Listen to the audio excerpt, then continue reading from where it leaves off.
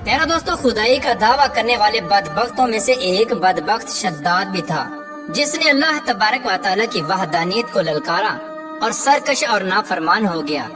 प्यारा दोस्तों, शद्दाद कौन था और किस तरह इसने अल्लाह तबारक व तआला की नाफरमानी की और खुदाई का दावा किया, और किस तरह इसने दुनिया में अपनी जन्नत तैयार की और इसकी बनाई जाने वाली जन्नत कितने सालों में तैयार हुई, और फिर अल्लाह तबारक व तआला ने इस बदबख्त को किस तरह दुनिया के लिए इबरत का निशान बनाया और इस बदबख्त का अंजाम क्या हुआ, और फिर किस तरह मलकुल मौत अलैहिस्सलाम ने दर्दनाक तरीके से इसकी रूह कब्ज की। प्यारे दोस्तों, इन तमाम तर सवालात के जवाबात कुरान और हदीस की रोशनी में आज की इस वीडियो में हम आपको बताएंगे। लिहाजा आपसे गुजारिश है कि हमारी इस वीडियो को एंड तक जरूर देखिएगा। प्यारा दोस्तों, शद्दाद उस कौम की नस्ल में से था जो दुनिया की सबसे ताकतवर तरीन कौम थी, जिसको कौमे आद कहा जाता है। इस कौम के बारे में अल्लाह तबारक व तआला कुरान पाक में इरशाद फरमाता है कि इनके जैसी कौम न अल्लाह तबारक व तआला ने इनसे पहले पैदा की और न ही इनके बाद किसी कौम को पैदा किया। कौमे आद अहकाफ के अंदर आबाद थी। अहकाफ ऐसी जगह थी जहाँ रेत के बहुत ही बुलंदो बाला टीले थे, और अहकाफ का ये इलाका यमन और ओमान के दरमियान बिखरा हुआ था। इस इलाके के अंदर कौमे आद 8,500 साल पहले आबाद थी।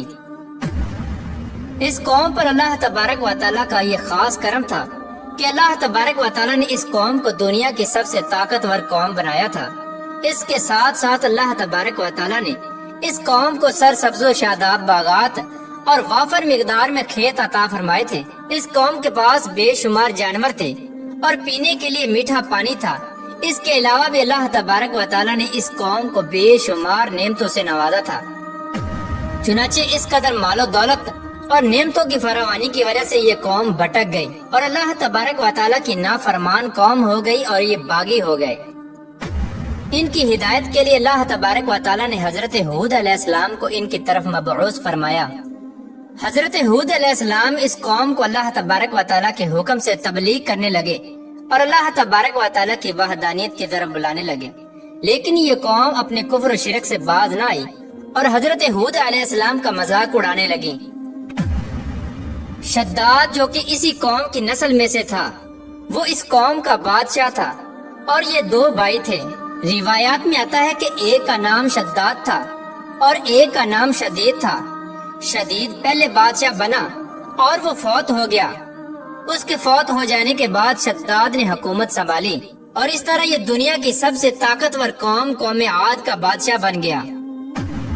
प्यारा दोस्तों, शद्दाद एक वसी और अरीज सल्तनत का बादशाह था। शद्दाद की यह बादशाहत यमन से लेकर इराक तक और बाद रिवायात के मुताबिक ईरान तक फैली हुई थी। शद्दाद ने अपनी ताकत के जोर पर बड़े बड़े बादशाहों को अपने जेर कर लिया था। चुनाचे इस बदबख्त को हजरत हूद अलैहिस्सलाम ने समझाने की बहुत कोशिश की, लेकिन इसका दिल भी बंद था।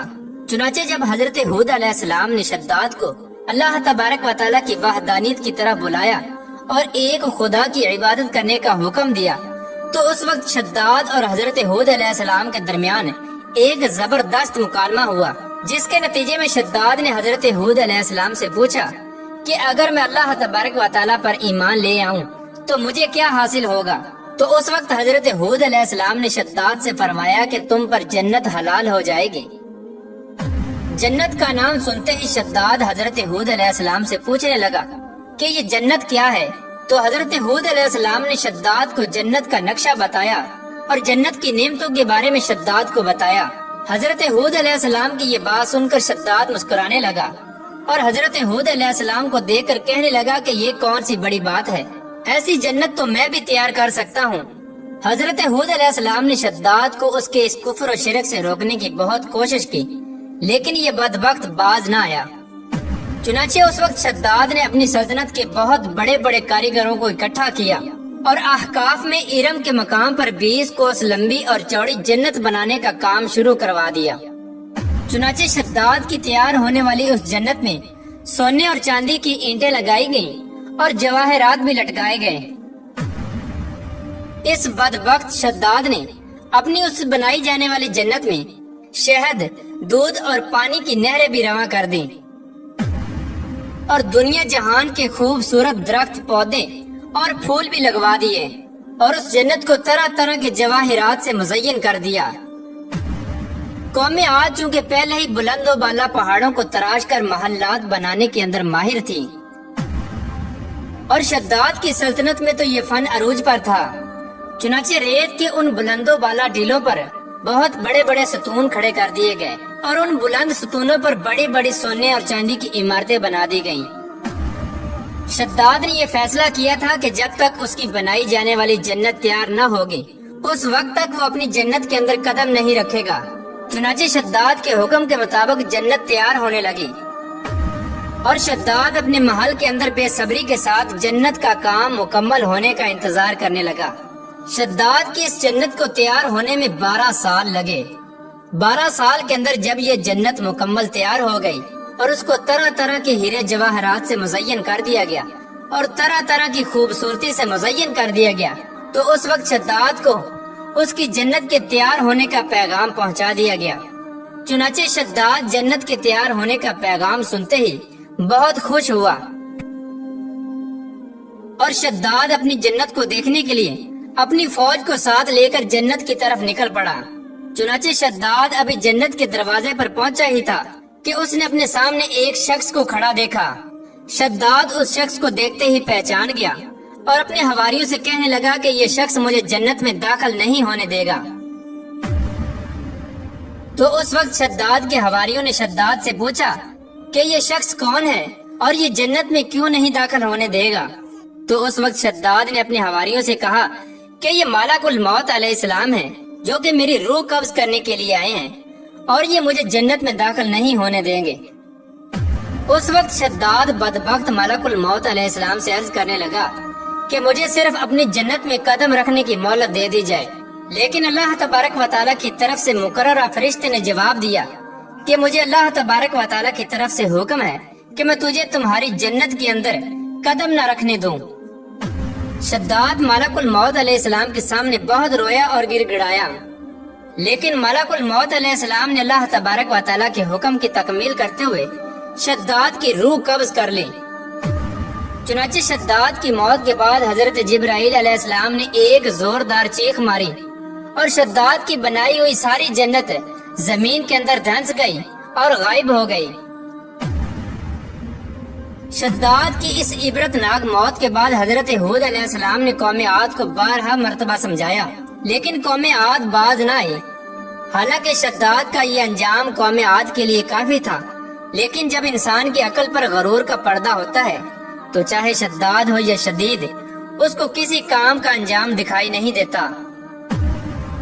حضرت ہود علیہ السلام نے قوم عاد کو شداد کا انجام بتا بتا کر ڈرانے کی کوشش کی، لیکن قوم عاد باز نہ آئی اور اسی طرح اللہ تبارک و تعالیٰ کی نافرمانیاں کرتی رہی، یہاں تک کہ حضرت ہود علیہ السلام مایوس ہو گئے۔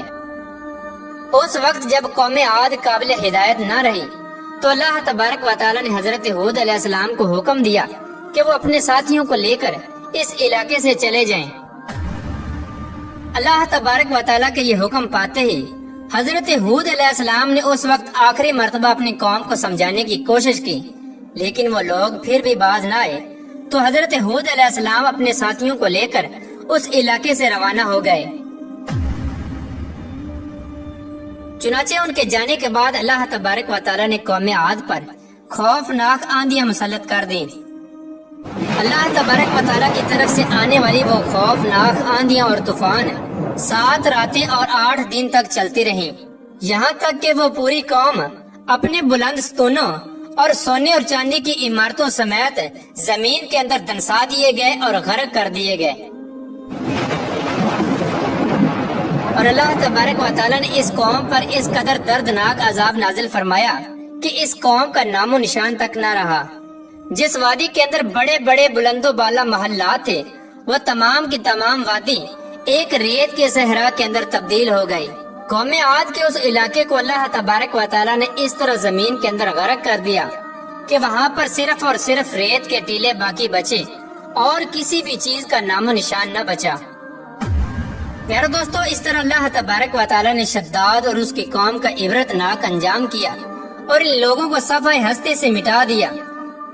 اللہ تبارک و تعالیٰ سے دعا ہے کہ اللہ تبارک و تعالیٰ ہمیشہ اپنے حضور عاجزی اور انکساری کے ساتھ زندگی گزارنے کی توفیق عطا فرمائے، اور حضور صلی اللہ تعالی علیہ وآلہ وسلم کے بتائے ہوئے راستے پر چلنے کی توفیق عطا فرمائے۔